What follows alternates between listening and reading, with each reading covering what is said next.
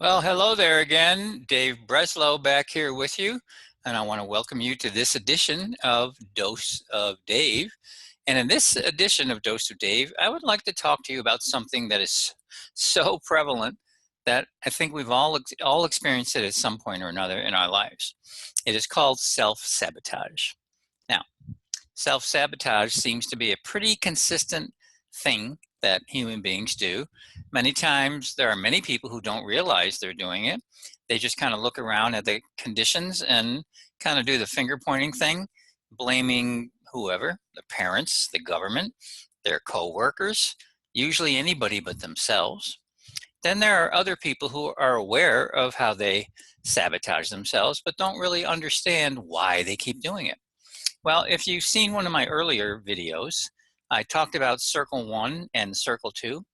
With circle 1, that's when I held up the two tennis balls, and I think I actually have one of them here right now. I might actually have both of them. Here they are. Here's circle 1, and here is circle 2. So if you remember that, if you haven't seen that video, go to my YouTube channel. If you haven't subscribed yet, please do, and join the channel, and you will see that video where I'm talking about circle 1 and circle 2.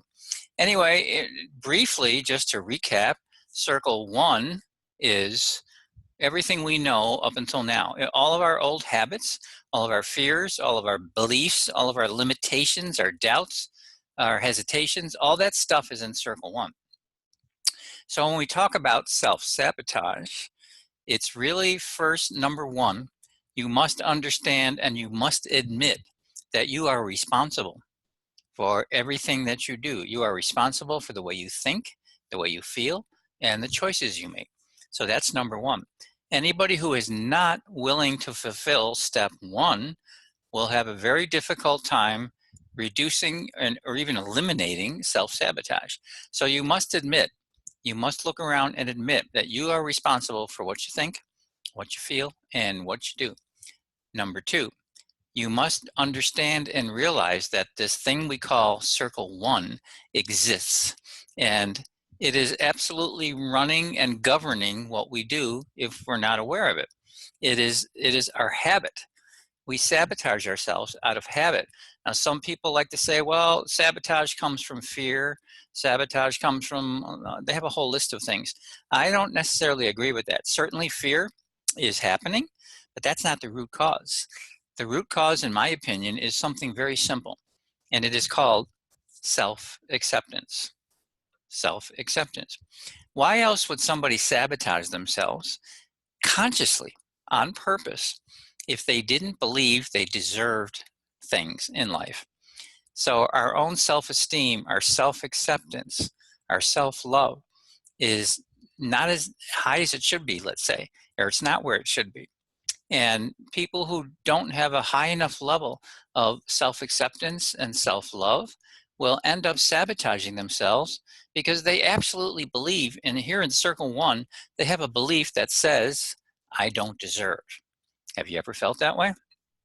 I know I have. Have you ever felt, and be honest, have you ever felt like you didn't deserve something? So if you're an entrepreneur trying to maintain wealth, for example, and you're having trouble, you reach a certain amount of income and then you're having trouble breaking through to the next level, quite often that's coming from a root cause belief sitting here in your circle 1 that says, I don't deserve. And if you're an athlete and you're having trouble reaching maintaining a certain level of performance, there's a belief in that circle 1 that says, I don't deserve. What is it? Where does I don't deserve come from? I don't deserve comes from a lack of self-love, a lack of self-worth. So with all the other reasons that people can offer, fear and doubt and all these other things, they're all happening. I'm not suggesting that those aren't happening. They are, but I'm suggesting that they're happening second in the order of things. What's happening first is this lack of self-worth. When the self-worth and self-esteem starts to rise, those other things become irrelevant. They don't stop you. So whatever it is you're looking for, wealth, relationships, increased performance on the job, personal happiness, personal satisfaction, inner peace, whatever it might be, the real question is, When you're sabotaging yourself, number one, are you even aware of it? Number one, are you even aware of it?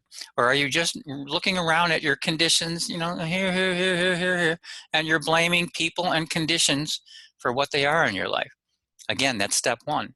You must admit and start to believe and see that you are responsible for all of those conditions, because you have a mind, you have a body, you have emotions, and you have energy. And when those things are in alignment, your self-esteem and your self-worth starts to rise. So number one, you have to be willing to admit that you're responsible for those things. Number two, you must start to take a look at, where is your self-worth level? Is it here? Is it here?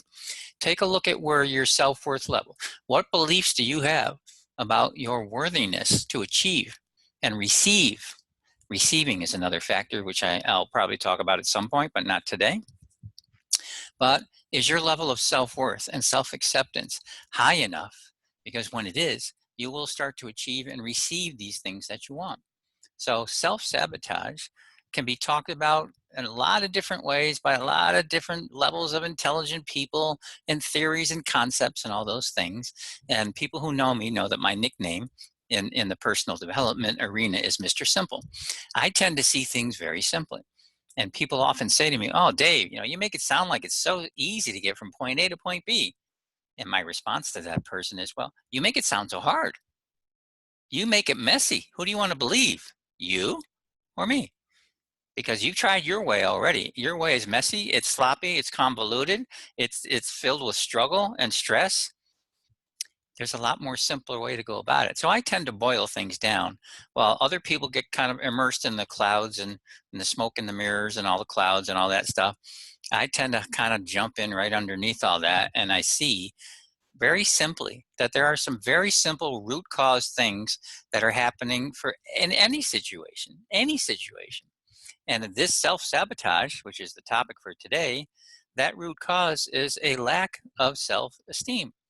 I talk to women about relationships all the time during a coaching conversation. It just always comes up because it's natural. It's so important in our lives. It tends to come up. No big deal. And you know, as they're talking, there's all of these smoke and mirrors and all this messy stuff going on. And then, you know, they want to know, why do I keep attracting, you know, these kind of bad boys, or why do I keep attracting these bad relationships, and so on and so forth. The reality, a lack of self-love. And I say things like that and they kind of go, "What?" Yeah, it's really that simple. If you loved yourself more, you would be attracting a completely different kind of person, completely different kind of person. So that's really it. That's really it. So self-sabotage is all about self-love, self-respect, self-esteem. And so that's the message here for today.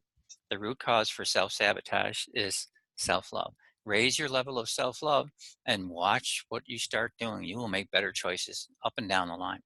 So Dave Breslow, thank you again for being with me here on this Dose of Dave. I don't know where you're watching this video. If you're watching it on YouTube, you will see a couple of boxes show up, you know, somewhere on the screen. When you see the one that says, yes, it's free, click on that. You will get taken right away to register for free to listen to my video training session on 3 secrets empowered people use to design the life that other people just dream about. So if you're watching this somewhere else, or maybe on your mobile phone, there will be a link underneath, so you're welcome to click on the link. It'll take you to the same page. So once again, Dave Breslow, please leave a note here in cyberspace. Would love to engage with you. And please also like and share this video if you think your friends would like to see it as well, or any of my videos. You're welcome to do that. You're also welcome to subscribe. There'll be a place on the screen here also for you to subscribe if you're watching this on YouTube. So Dave Breslow, thank you again. I look forward to speaking with you real soon, and have yourself a wonderful day. Take care.